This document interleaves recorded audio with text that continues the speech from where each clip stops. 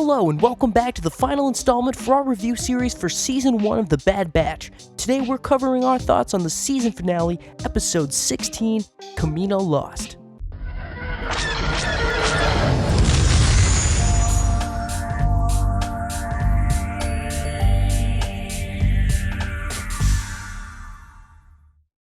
We start right from where we left off last week, during the Empire's decimation of Kamino. The Bad Batch is still trapped inside the facility, and as the structure sinks into the vast ocean, the team are again forced to work alongside Crosshair to escape. Even though he doesn't cause any harm towards the rest of Clone Force 99, he makes it clear that he is still on a different path, and ultimately will continue to side with the Empire, even considering his ties to the Bad Batch.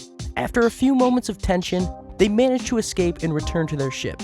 It is at this point that we see Omega's last attempt to convince Crosshair to rejoin the team, but to fail and leave him on the platform over the seas of Kamino. The musical score throughout this entire episode carries a somewhat mournful quality to it, and really forces us to grieve the loss of the home planet of the Bad Batch and the rest of the clones. We seem to only get one of our questions answered from last week, that is if the Bad Batch makes it off Kamino safely. This also happens to be the entire focus of this week's finale episode, really stretching out the escape from Kamino segment to build tension. We end on a small scene of Nala Se getting off an Imperial ship surrounded by clone commandos.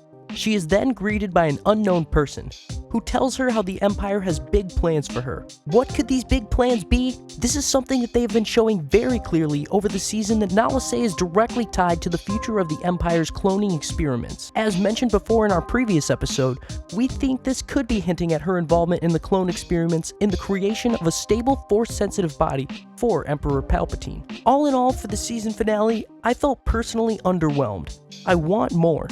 And even that being said, I will certainly be back for Season 2, as I can imagine there are many more stories to be told for our favorite batch of defective clones. And that's it for this episode. Thanks so much for checking out the video, and if you haven't caught our reviews for the rest of the series, head on over to our channel or check out the link in the description. Like and subscribe for weekly Star Wars videos.